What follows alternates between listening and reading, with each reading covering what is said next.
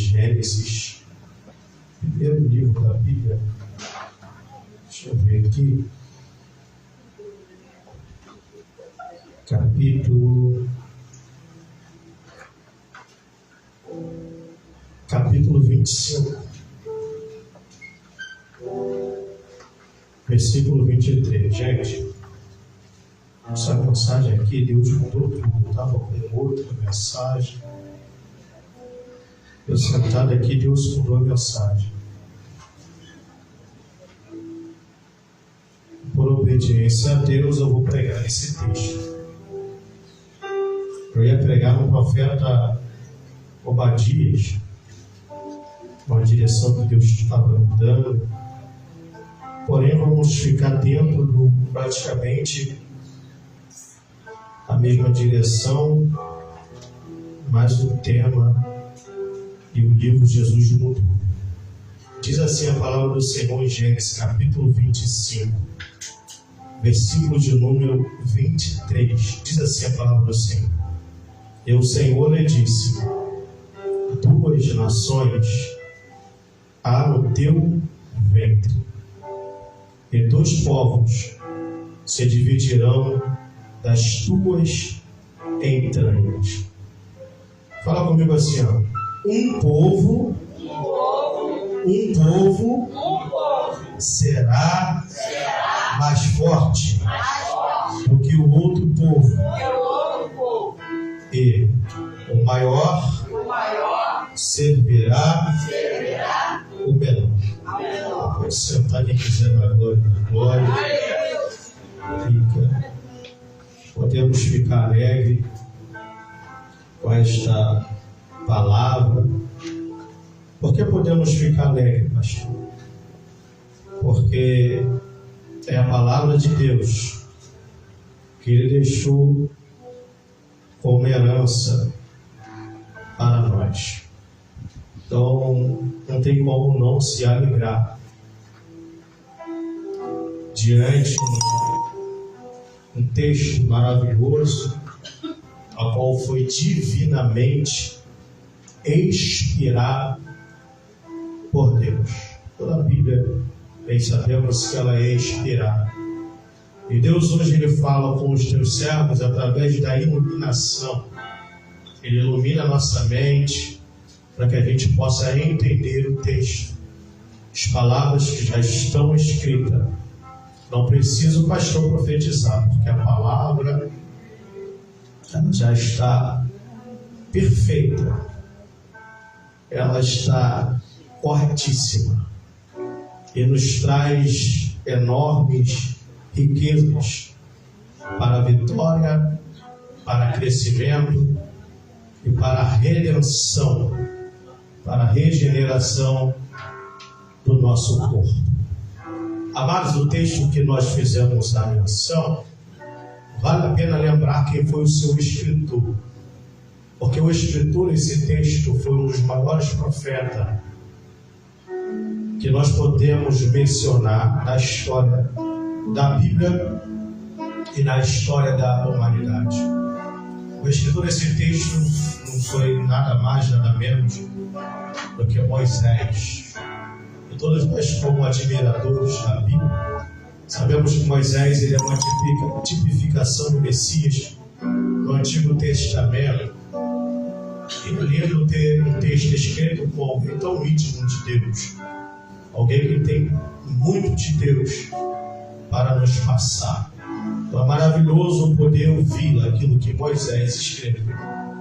É maravilhoso a gente poder ter conhecimento desse relacionamento de homem que conseguiu chegar tão próximo de Deus, que deixa para as nossas vidas, para que nós também possa promover crescimento.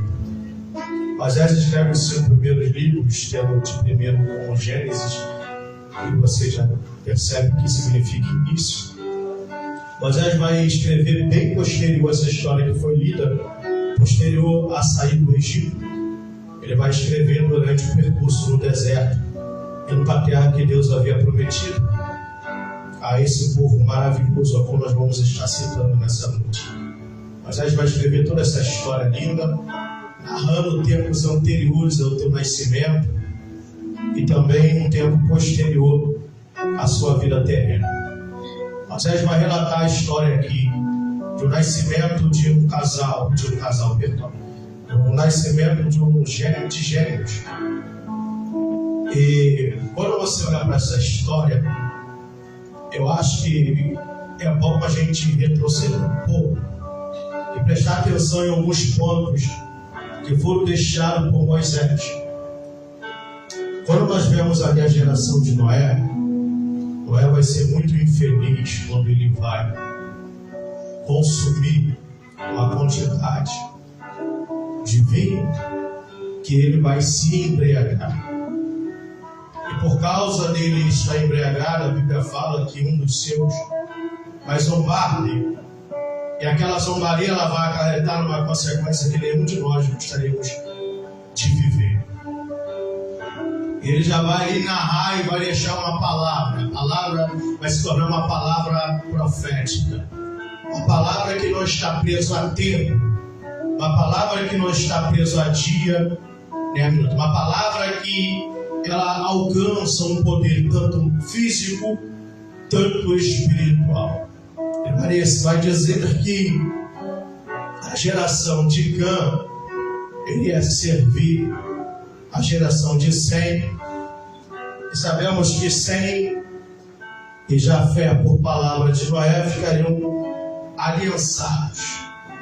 Passou-se o tempo, conhecemos a Torre de Babel, a qual muito nós ouvimos falar essa história, a qual Deus vai dividir as línguas, e ali vai separar, vai ter uma separação um pouco mais severa de povos. E estamos já vivenciando um período patriarcal da Bíblia. E Deus ele vai honrar a geração de Sem. O semita é a geração de Abraão. Abraão ele era semita. E até mesmo a língua hebraica ela vai surgir, ela vai aparecer entre os semitas. Bem sabemos que o hebreu depois vai fazer algumas pequenas mudanças. Porém o hebreu ele veio de semita, os descendentes de Sem. E Deus ali vai traçar, através dos nascimentos, uma geração que seria importantíssima para a história da humanidade, para a história da igreja. Nós vamos ver agora Abraão caminhando ainda com o seu pai. Vai ter uma perca enorme. Um dos caldeus se torna uma cidade marcante para Terá. Terá vai para Canaã. Posterior perdeu o seu filho. E quando chega nessa terra, nós vamos ver que ao passar um tempo, Terá falece. Ele morre. E Deus, quando olha dos céus, ele vai falar para Abraão ir para uma terra. E Abraão sai com todo aquele corpo de servos, gados, riqueza, e vai em uma direção que para ele é desconhecida. Abraão semita, agora nós vamos começar a vê-lo também como hebreu. Tudo faz parte de uma geração. Tem Éder, seu antepassado, e todos esses nomes que vão tomando, ganhando proporção, tem a ver com seus patriarcais anteriores, semita, hebreus. E essa geração, essa promessa que encaixa na pele de Abraão, essa promessa que encaixa no corpo físico e espiritual de Abraão, vai conduzi-lo. E Abraão, amados, ele vai ter filhos. Mas o filho que eu vou estar mencionando aqui por enquanto é o seu filho Isaac. Conhecemos muito bem a história.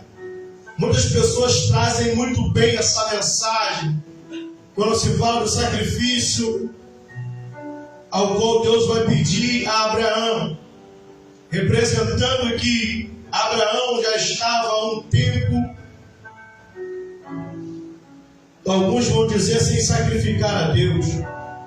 Enfim, mas o que nós sabemos é essa história aqui, Deus vai pedi-lo. E Abraão, um homem obediente, ele vai obedecer a Deus. Posterior a esse episódio, Isaac já começa a ser observado. Por que Isaac é observado? Porque Isaac, ele se parece, ele tem as características, ele tem um perfil de Noé, ele tem um perfil de Sem, ele tem um perfil de Abraão. O perfil de Isaac atrai as promessas de Deus. Guarda isso.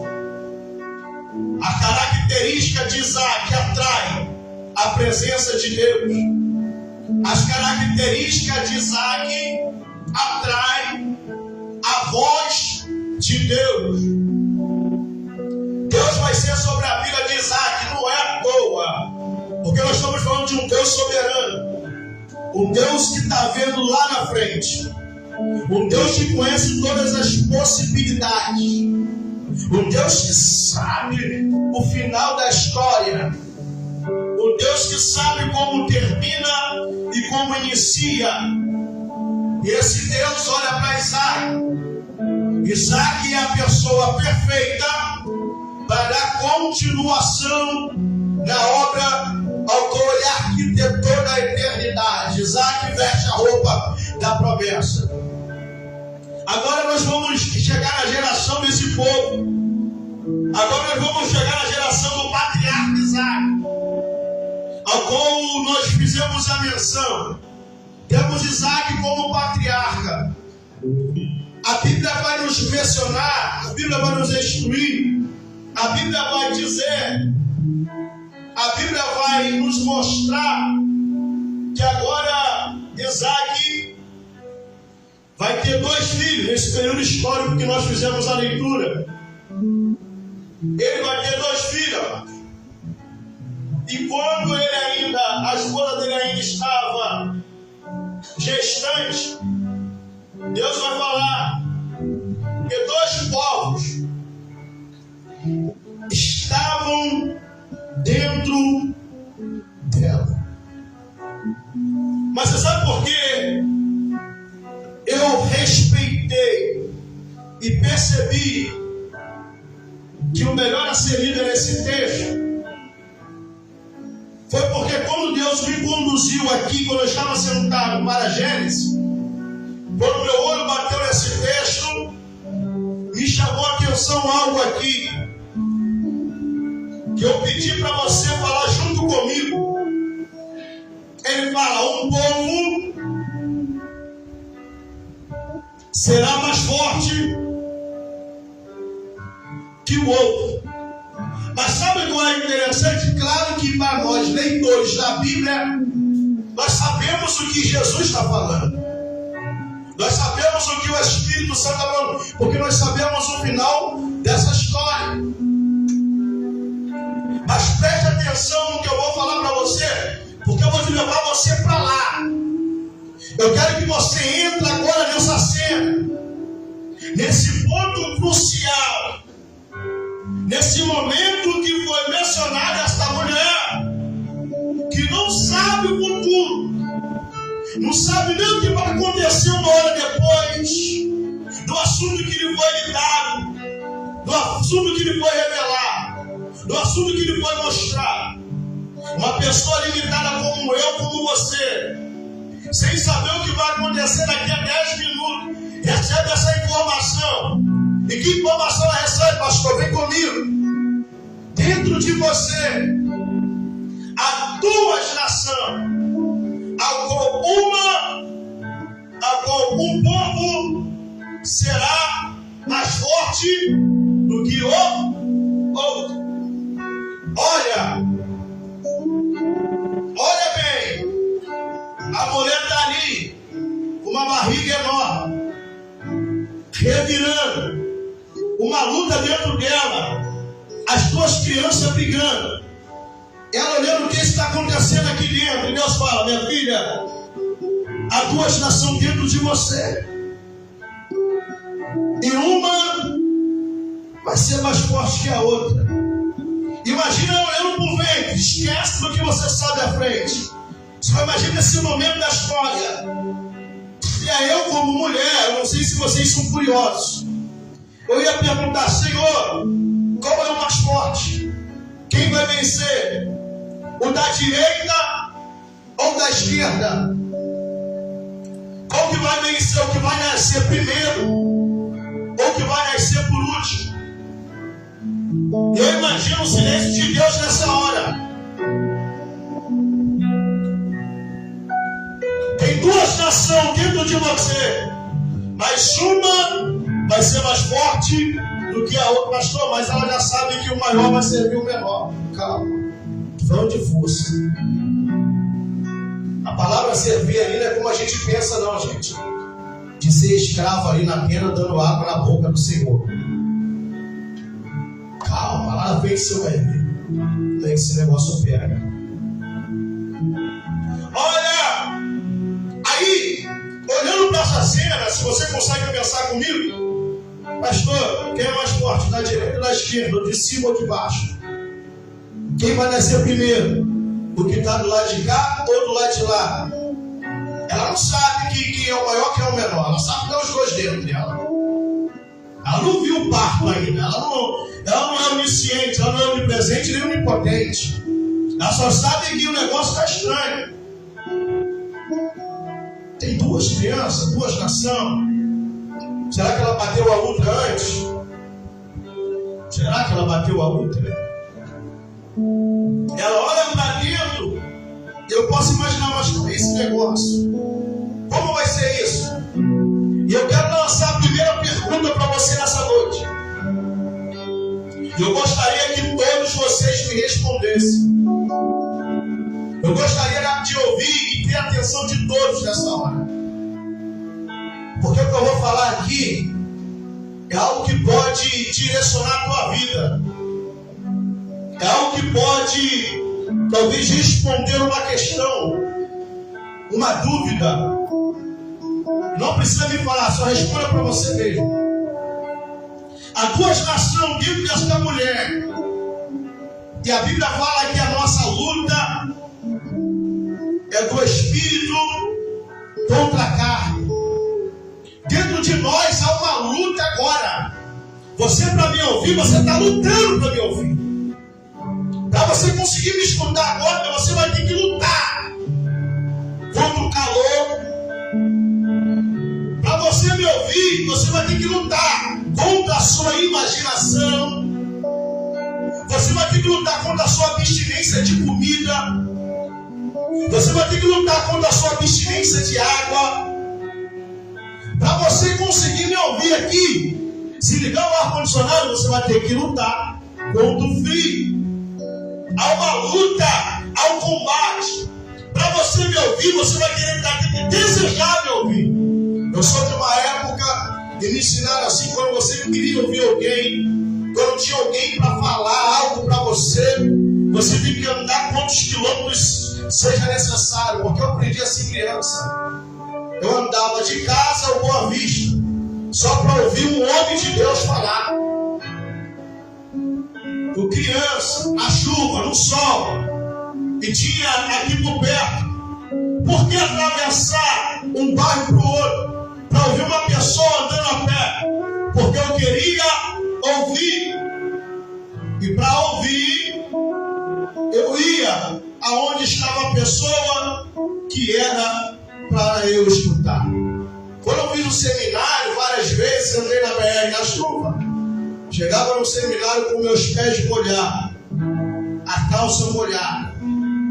E eu falava: Senhor, quando que essa prova vai passar?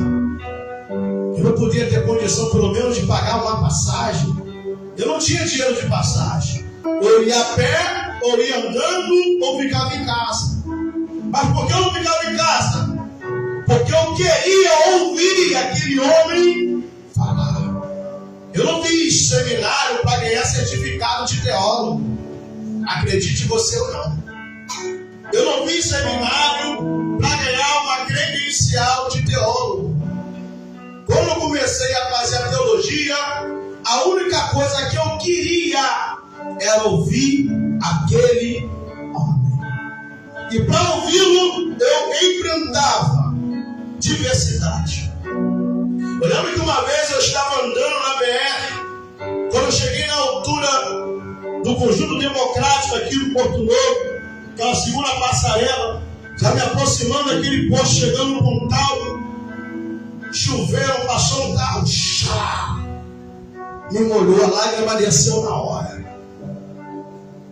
Era como se eu visse as pessoas olhando para mim com olhar de pena. A lágrima foi instantânea, não demorou 2 minutos não demorou 1 minuto, foi instantânea, desceu na hora. E eu falava: Senhor, por que tanta prova? E na mesma hora eu falava: eu não vou voltar para casa, eu vou chegar lá, porque eu preciso ouvir aquele homem.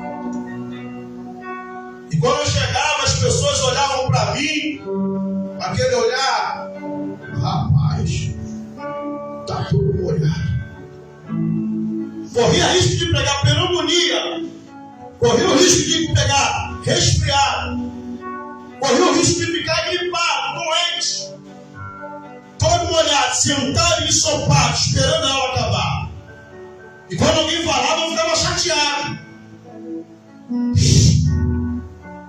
Se não quer ouvir, pelo menos me respeita porque eu quero. Molhado. Por quê? Aí você fala: para que isso tudo? Perguntava ele depois: não.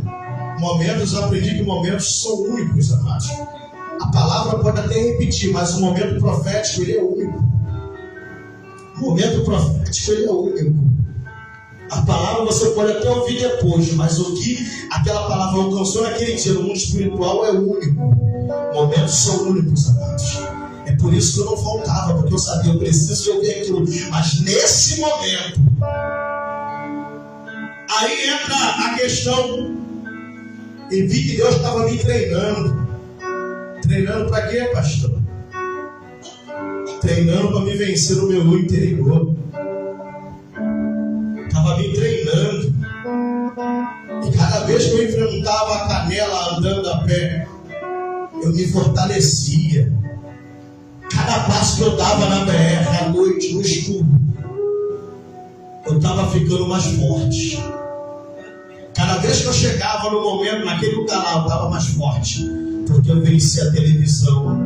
Porque eu venci a saudade de estar com a minha esposa. Porque eu venci a vontade de comer, que às vezes eu ia com fome, só com o moço na barriga. Várias vezes passamos um aperto muito grande, eu e a pastora e a gente passava zap e eu falava: Senhor, vai tocar em alguém. Tinha dia que não tocava não, nem sempre funcionava não, gente.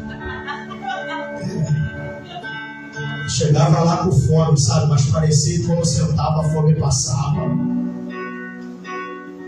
Porque a fome de palavra falava mais alto. E quando acabou o seminário, eu falei: entendi esse negócio, Senhor. Entendi esse negócio, eu estou mais forte. Eu estou mais resistente. Existe 2 gerações dentro de você. Existe 2 gerações dentro de você. Ele não está falando aqui quem vai vencer. A pergunta é: quem vai vencer dentro de você? Pastor, não sei, eu não sei, mas eu quero te deixar atento que existem 2 gerações dentro de você. Quem está vencendo aí dentro? As palavras que te dominam. Quais são os tipos de palavra que você ouve dentro de você? Qual é a geração que está no comando? Qual é a geração que está vencendo a guerra? Quem está sendo vencido? O Filipe espiritual ou o Filipe carnal? Quem está no comando? O Filipe carnal ou o Filipe espiritual? Quem está indo para o culto? O Filipe Filipe carnal ou Filipe espiritual? Quem está adorando ao Deus Altíssimo na hora do louvor? Filipe carnal ou Filipe espiritual? Quem está pregando? O Filipe carnal ou o Filipe espiritual? Aleluia. Quem está indo trabalhar? O Filipe carnal ou o Filipe espiritual? Quem é que está vencendo essa guerra? Já se perguntou nisso? Quando se fala dessas duas gerações, deixa eu falar um pouco delas. Depois eu volto para o texto. Amados, a geração de Jacó, bem sabemos que vai se tornar o povo de Israel lá na frente. A geração que tem a aparência, que tem a postura, que tem as medidas certas para a roupa da promessa vestir. Jacó cometeu um erro enorme, porque vestiu a roupa de Esaú. Foi um erro, um momento na vida dele, porque a roupa que Deus tinha para ele não era a roupa de Esaú, mas a roupa ao qual ele tinha dado a Abraão, a Isaac, e ele seria o próximo da fila. Ele seria o próximo da fila. Já estava determinado. Agora nós temos a geração de Esaú. A geração de Esaú é conhecida como os Edomitas. E um dos primeiros erros de Esaú, e eu quero aqui abrir um parênteses para te falar da pressa de Esaú. Você sabe qual foi o erro crucial para a mãe de Esaú? Isso aqui é sério, gente. Sabe qual foi o erro crucial de Esaú? Para a mãe de Esaú perceber que Esaú não ia carregar a promessa? Você está pensando que quando ela mandou Jacó ir lá, ela era boba? Você está pensando que quando ela falou assim: Jacó, meu filho, vai lá e se passa pelo teu irmão, para que teu pai ministre as promessas sobre a tua vida? Porque eu não sei se vocês sabem, mas se eu orar aqui pelo Lucas e olhar pelo Cristo, eu não vou conseguir repetir as mesmas palavras. Mesmo se eu fizer uma força, vocês vão perceber que vai ser natural para um e para o outro, eu vou ter que forçar. Porque as palavras, as promessas que Deus coloca nos nossos lábios, não é segundo o nosso coração. É a vontade de Deus. Ele que sabe a quem a gente vai liberar e quais são as promessas que vai estar sobre a vida de um ou sobre a vida do outro. E ela vai assim, vai lá. Sabe por quê? Ela não era boba. Ela está observando os dois crescer. Ela olha assim: rapaz, esse tal de Esaú não é meio carnudo, rapaz. Esse garoto é carnudo. Amados, estamos falando aqui de duas pessoas que estão debaixo da promessa. Os dois são descendentes de Abraão. Os dois são descendentes da promessa. O problema aqui não é simplesmente a promessa, é a característica. Ela olha, daqui a pouquinho ela vai se entristecer. Ela vai ficar muito triste, porque o primogênito dela vai casar com as mulheres cananeias. E o primeiro tópico, isso aqui guarda. O primeiro erro de Esaú foi a pressa. E sabe o que Esaú fez com pressa? Casou. O erro de Esaú foi ter pressa para casar. E por ele ter pressa para casar, ele vai casar com as cananeias. E temos aqui um problemão, tá, gente? Porque as cananeias é descendente de Cã. Estamos aqui com um problemão. Você lembra lá atrás que Noé amaldiçoou uma geração? Você lembra? E sabe qual é o problema dessa geração das cananeias? Vou te explicar aqui. Na tradição dos cananeus, eles tinham princípios diferentes. Presbítero Jair. E sabe qual é? Eu acho que você nunca viu ninguém na igreja que eu vou falar aqui não, tá? Eu estou falando dos cananeus. Eu não estou falando de crente não, vai achar que é de alguém da igreja não. Vou falar aqui a característica. Não acha que é alguém que você conhece, não. É a característica do... A nossa igreja eu acho que não tem isso, não. Em nome de Jesus. Qual é a característica, pastor, das Cananeias? As Cananeias é quem manda em casa, filho.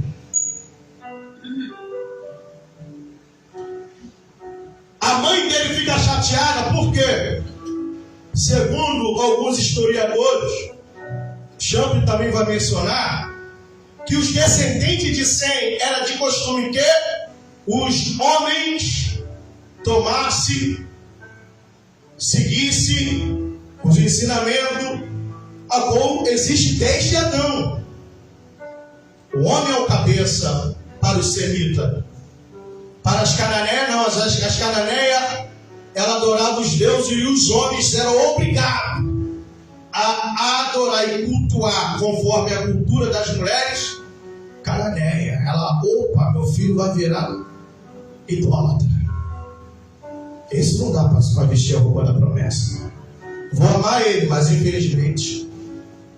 E sabe o que é interessante? É que ela mostra, aquela mãe ali, ela é meio doida. Mas por quê?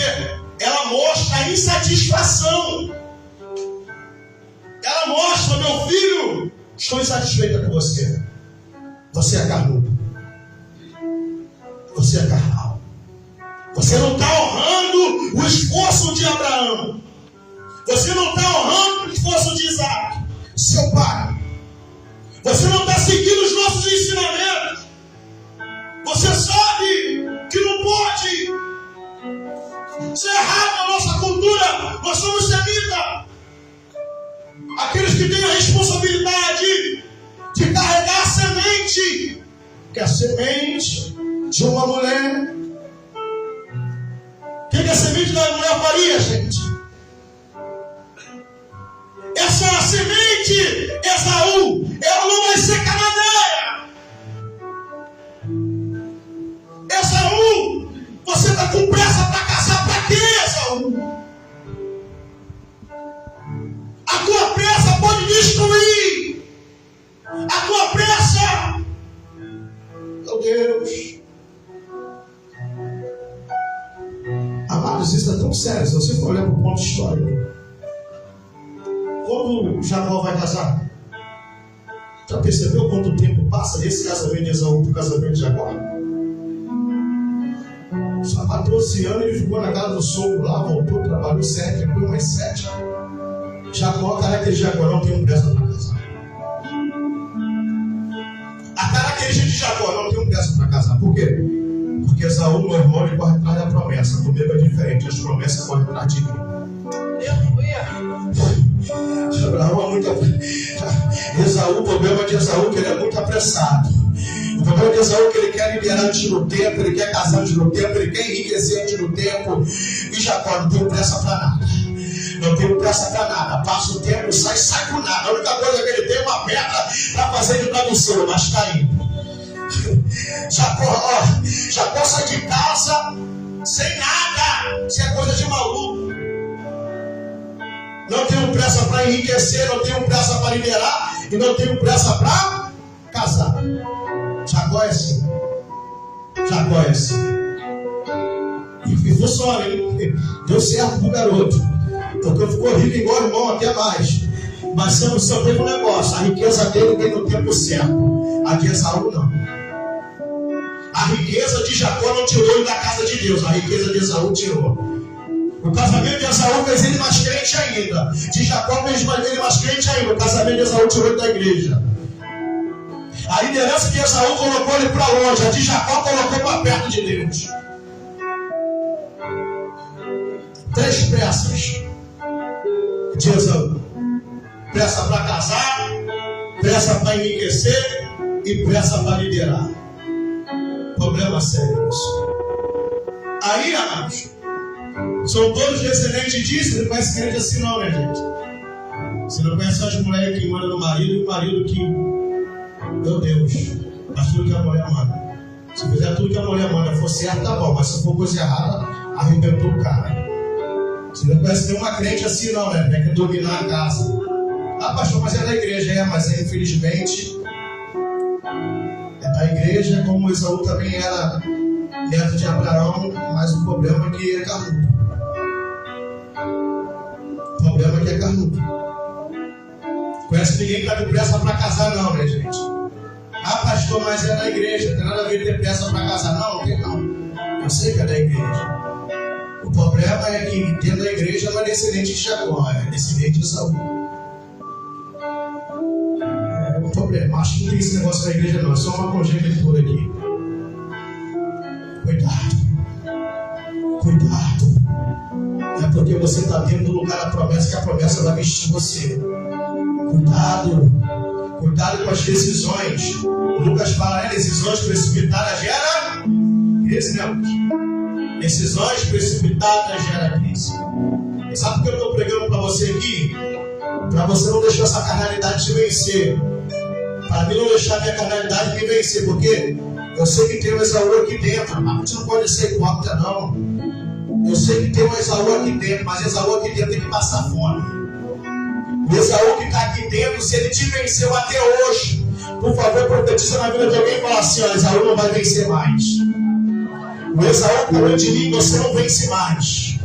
O meu Esaú não vai me vencer, meu filho Jabé. Eu tenho certeza que o teu Esaú não te vence também. Porque você nasceu para ficar debaixo das promessas que estavam sobre a vida de Jacó. Tem alguém aqui que quer vencer o Esaú? De dentro de você, eu quero vencer o meu. Eu quero vencer o meu, porque eles não têm misericórdia. A carnalidade, ela não tem misericórdia. Se diante de matar Jacó, ela mata. Sabe o que é interessante? É que agora eles vão se resolver. O tempo passa. Agora nós falamos sobre os edomitas. Passa um tempo, deixa assim, eu sei mais rápido. Por causa das horas, a gente vai ministrar ceia ainda. Vou ter que fazer 10 minutos no máximo. Agora estamos diante de um povo edomita. Os edomitas, agora nós temos a aliança de Jacó, que agora é Israel. E nós temos o Esaú, ele se resolve. Esaú esperto para agradar a mãe agora, o que ele faz? Ele vai se passar de convertido, ele vai procurar uma prima dele, filha de Ismael, e casa com ela.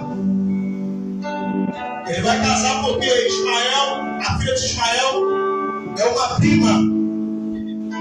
E ele pensando, opa, se eu casar com a filha do irmão do meu pai, eles vão me olhar de maneira diferente. O problema é que ele continua não sendo crente, o casamento não resolveu. Aí, amados, o tempo vai passar. Esse povo agora, com Esaú morto, esse povo agora vai se tornar inimigo de Israel. Mas sabe o que me chama a atenção? Todo aquele povo cananeu, ele se torna adversário de Israel. Ele se promove inimigo. Eles não querem ser amigo de Israel. Faz até algumas alianças, mas não quer certo. Mas sendo que eles são adversários, eles são uma representação, uma tipificação da só espiritual da maldade, adversário, não tem problema. Mas sendo que os edomitas é um adversário diferenciado dos cananeus. Por quê? Porque eles são parentes, estão debaixo da mesma promessa. A promessa abrâmica, as promessas feitas a Abraão. O problema é esse. Sendo que a geração de Jacó nem sempre é mais rica do que os edomitas. Tem hora que os edomitas estão liderando, estão acima, estão com mais riqueza. Através do minério eles vão enriquecer muito. Através do minério, gente, se quiser ligar o ar, pode ligar. Estou sentindo um calor terrível, mas se não quiser, tudo bem. Essa geração, a geração dos edomitas, eles vão enriquecer por causa do ferro e por causa do cobre. Vão se tornar muito ricos. E por causa dessa riqueza, eles vão ter até mesmo estado. Eles têm de costume esconder os seus tesouros. Era de costume todo edomita esconder os seus tesouros. Eu estou falando agora de um povo fortalecido. Eu estou falando de um povo com dinheiro. Isso aqui é forte. Eu estou falando de um povo que está vivendo uma região montanhosa. E uma região ao qual eles ficavam observando todos que estão abaixo. Lembra que eu falei para vocês do esforço que vocês estão fazendo para me ouvir? Vocês estão fazendo os esforços de vocês. Alguém vai ganhar. Eu não sei qual lado que vocês vão ganhar esse esforço. Mas eu sei que os edomitas nem se esforçar para ouvir, se esforçar. Os edomitas não faziam esforço para ouvir Deus. E com isso eles se tornavam, resumindo, orgulhosos. Os edomitas se achavam. Eles se sentiam maioral. É como se eles se fortaleceram para eles, na mente deles. Eles eram tão fortes que não precisavam de Deus. Eles sozinhos já eram capazes de vencer as lutas. Eles achavam que sozinhos já era o suficiente. Sozinho, orgulho, a presunção, a altivez é o motivo da destruição desse povo.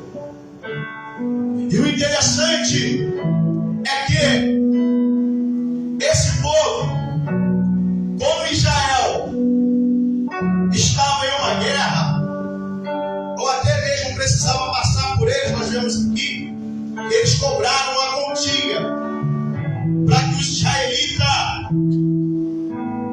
passassem pelas terras dele. A princípio não deixaram, depois pediram um valor. E sabe o que é o interessante? É que eles já ricos, eles com terra, já tinham sido vencidos algumas vezes por ter se levantado contra Israel. Davi os venceu. Salomão conseguiu manter eles quietinhos.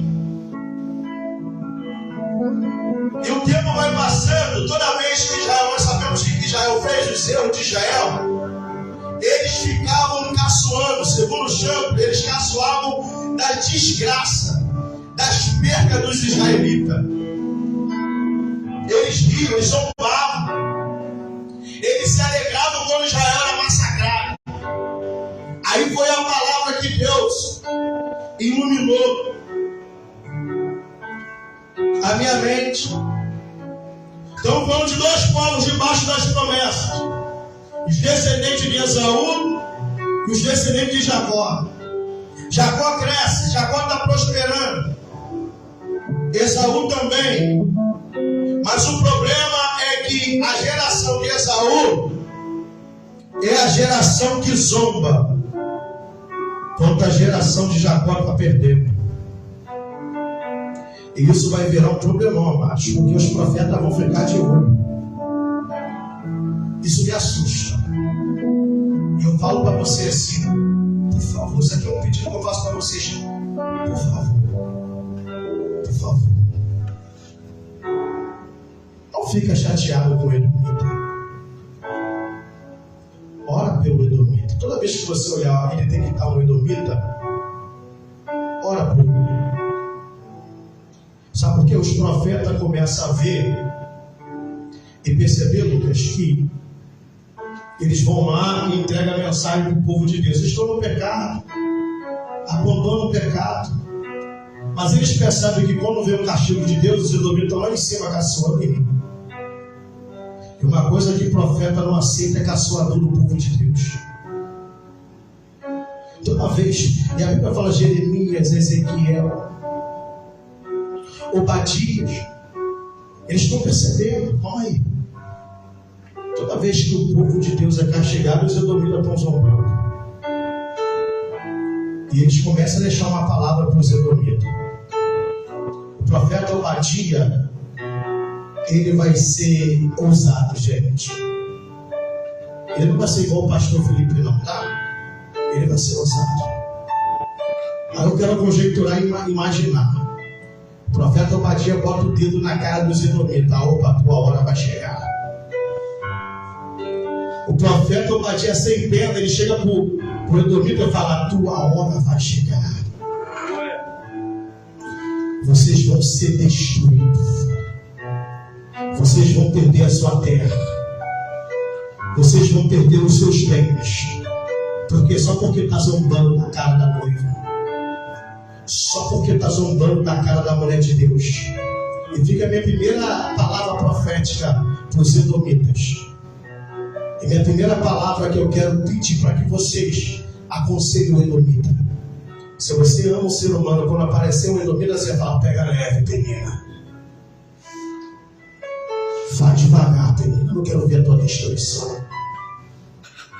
Porque Deus, Ele aperta a noiva para a noiva entrar no reino.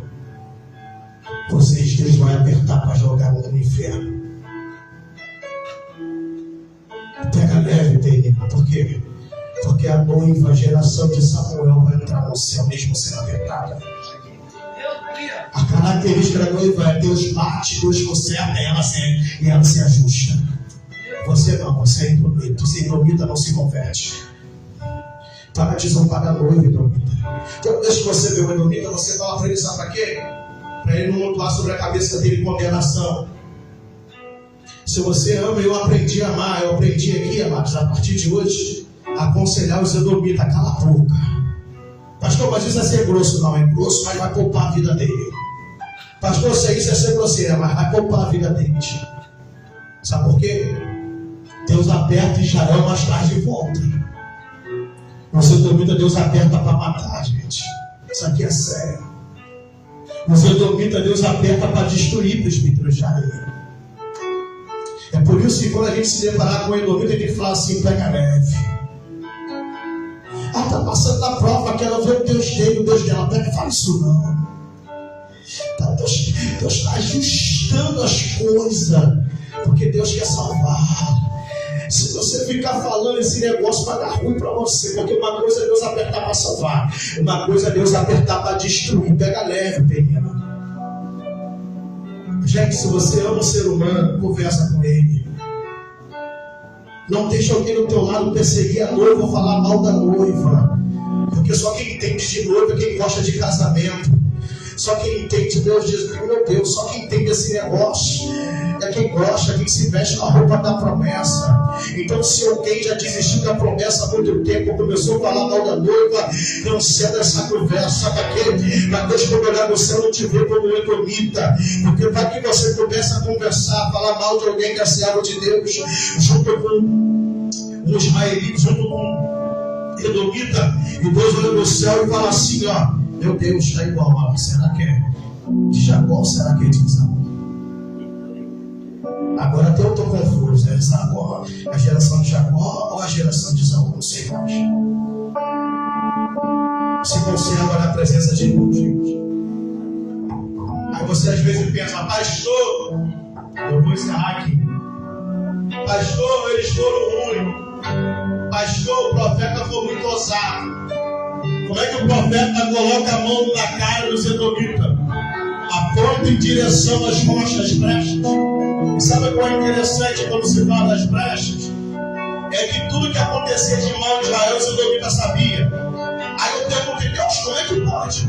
Se eles moram em outra região, na região montanhosa, lá em cima, como que eles sabem o que está acontecendo em Jerusalém? E Deus fala: sabe por quê? Uma das características dos edomitas é ficar espiando o crente, só para contar derrota. Eles estavam só olhando assim: ih, está desempregado. Ih, está desempregado. Ela está passando a perda. Quero ver o Deus dela agora. Quero ver o Deus. E ela, ó, característica do edomita. Sabe por que eles sabem? Eles estão rindo, porque eles estão sabendo da desgraça. Por quê? Porque eles estão observando. Estou observando de perto. Cuidado para que, às vezes, quem está do teu lado é um edomita te aconselhando, para você dar força a essa alma que está dentro de você. Cuidado. Se eu postei uma frase e botei assim: uma verdade na boca de um mentiroso pode destruir a tua vida. Porque, pastor, Satanás, quando falou para a mulher, ele falou a verdade. Mas quando ela comeu do fruto, ela morreu e foi arrancada para fora do Éden. Ele falou uma verdade que tirou a presença de Deus, ou melhor, tirou eles do meio do Éden. E a comunhão que Deus tinha nunca mais foi a mesma com Adão. Ele mentiu, não. O problema É a intenção dele na hora que fala. Entende isso? Agora, amados, não quero te chocar não, tá? O que Obadias falou aconteceu. Eles vão fazer aliança com Nabucodonosor para destruir Jerusalém. Vão lá, participa ali, próximo ou meio distante, fazem parte. Daqui a pouquinho, o mesmo povo que eles fizeram aliança, foram lá e arrancaram eles da terra, pegaram todo o tesouro, pegaram as terras para ele. Cuidado, Edomita. Fica zombando da igreja. O inimigo veio para matar, roubar. Eu nunca vi o inimigo fazer aliança com alguém. Eu nunca vi ninguém se dar bem, fazer um trato com o inimigo. O inimigo só usa você só para despojar a noiva. E quando ele consegue, não vai conseguir nunca. Mas se ele conseguir, depois ele vai despojar você. O problema é esse. Cuidado com quem você faz aliança, tá, gente? Cuidado com pessoas que vence dentro dela, Esaú. Cuidado. Cuidado. Porque ela vai arrancar o teu despojo. E depois não vai querer para te emprestar, porque ela vai perder também.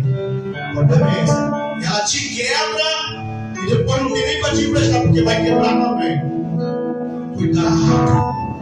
Cuidado com pessoas que vão opinar na tua vida. E o que ela opina não tem nada a ver com jejum, oração, palavra, propósito e promessa. Tem a ver com dinheiro, riqueza, tem a ver com o quê? Ficar longe da igreja, viagens. O dia de culto não precisa vir mais, porque são pessoas que estão profetizando coisas na tua vida que, em vez de te aproximar de Deus, te afasta dele. Pessoas que profetizam coisas boas na tua vida só para te ver longe de Deus. Pessoas que querem te ver quebrar, mas infelizmente elas vão quebrar também. Para de ouvir conselho de quem não tem nada para te dar, porque saiba que a consequência vai ser essa: vai te botar quebrar, vai destruir na passada. Depois que você tiver quebrado, teu pai, cadê teu Deus? Cadê aquele Deus que você falou que pagava a tua conta? Cadê aquele Deus que você falou que pagava a tua casa? Aí você falou assim: rapaz, subiu da minha vida, você tem alguma coisa para me dar? Essa pessoa falou assim: também não tem nada para te dar. Por quê? Porque depois que você quebrou, eu quebrei também.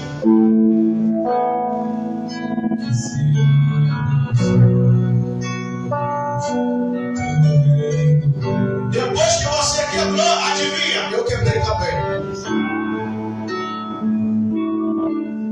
Vai quebrar e não vai deixar você crescer. Porque os edomitas, isso aqui é rico. É rico de instrução. Por que é rico de instrução, pastor? Olha o que aconteceu, gente. Israel quebrou, vai para Babilônia. Quando passou o tempo, mas às vezes a pessoa, rapaz, você domina meu primo. Ah, vou lá implorar eles, vai que eles me emprestam dinheirinho. Ah, acho que eu vou tentar. Vou tentar, mas. Aí chega lá, né? Pô, rapaz, os caras levaram tudo nosso. Pô, tô dando dinheirinho pra pagar o aluguel na terra diferente que eu tô indo. Tô sem dinheiro, tem como você me emprestar? Aí o domina fala assim: pô, não tem não, cara. Que isso, rapaz? Vocês estavam ricos, já ficaram com um pouco do nosso despojo. Não tem não, porque depois que vocês quebraram, a gente quebrou também. Depois que vocês quebraram, a gente quebrou também, mano. O Obadias chegou lá com o dedo de céu e falou assim, ó: assim diz o Senhor, vocês são próximos.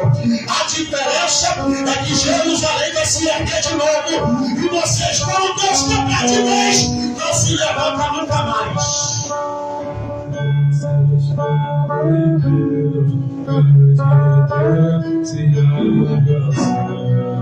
Mas continua comigo, eu vou encerrar aqui. Tá lindo isso aí. Gente, se você dormindo depois, vocês lembram que Herodes, o grande, ele vai perseguir Jesus, as crianças, para matar? Sabe quem era? Sabe de qual geração era esse Herodes? Que vai lá capturar as crianças para matar? Ele era edomita. Os edomitas têm característica de matar aquilo que é de Deus, tá? Os edomitas, infelizmente, têm esse costume. Ele vai perseguir as crianças. Vai perseguir Jesus. Mas sendo que o fim deles acontece Se não me falha a memória, 70 anos depois, é isso? 70 anos depois, vai matar o Messias. Isso. Deus só vai dando porta. Isso, tá sério. Isso. Vai, não esquece que o Batia falou lá atrás, não, tá? Vai isso, vai perceber, vai falando mal. Isso, vai queimando, vai dando conselho errado para meus filhos. Isso, vai conhecendo meus filhos pecar. Vai isso. O primeiro é pedido de bicho, ó. A Bíblia daqui a pouquinho chega para nós ali no capítulo 12, né? Teatro dos Apóstolos, Mateus, Tiago, aquele de espada, prendeu. Isso, agora vai ser pedido de bicho para prender. Isso, vai indo, agora passa 70 anos, está destruído, dizimado. Está acabada a geração dos Edomitas, agora que restará um povo misturado, que não é mais aquele povo original de Esaú. Agora Israel está lá até hoje. Olha lá, procura no Google aí, ó. Aonde está a terra dos Edomitas, não sei. Aonde está? Agora tem outro nome, agora tem outra cultura lá. Agora você procura no Google aí, povo de Israel, vai lá. Procura Judá, vai lá. Vai lá, sabe por quê? Quantas vezes Judá caiu, Deus levanta. Quantas vezes caiu, Deus levanta. Os Edomitas não, vai cair. Quantas vezes você caiu? Quantas vezes você quebrou na tua empresa? Quantas vezes você fica sem saúde? Quantas vezes seus filhos desviaram? Quantas vezes você emagrecer? Deus vai lá e te levanta. Quantas vezes aconteceu pior? Deus levanta a vida ao melhor. Quantas vezes parece assim? Deus te pega com uma forte e te levanta. Só quem quer essa geração de Jacó. Só quem quer essa geração de Jacó. Só quem. Nossa fé, esperança e estão em Deus. Grande Deus, que os céus fechados se abram. Teu reino venha por Deus. A nossa fé, esperança e estão em Deus. Grande Deus. Pastor, quebrei agora. Você viu os conselhos de Esaú? Você está com pressa? Não, então espera que Jesus te levante. Você gostou de a gente vai lá embaixo. Pastor, o negócio está dando mergulho lá em casa, sabe? Fica tranquilo, meu querido. Pastor, o negócio está muito precário. Fica tranquilo, meu filho. Vai obedecer. Você tem pressa? Eu não tenho, porque o Deus que eu sirvo é todo o tempo. O Deus que eu sirvo é dono do tempo. O problema de Esaú que tem pressa, perde a promessa para pagar pressa. Permaneça na posição, amado. O jejum, oração, palavra. Porque você quebra aqui hoje, passa o tempo, você cresce, amadurece e Deus te levanta de novo. Quebrei de novo, pastor. Pode quebrar 10 vezes, é 10 vezes que ele vai te levantar. Pastor, já deu errado 30 vezes, é 30 vezes ele te levantando. Pastor, parece que não vai dar assim, meu filho. É só você escolher essa geração de Jacó. É só permanecer na espera que ele te levanta. Abre 1 Coríntios, capítulo de número 11. 1 Coríntios, capítulo de número 11.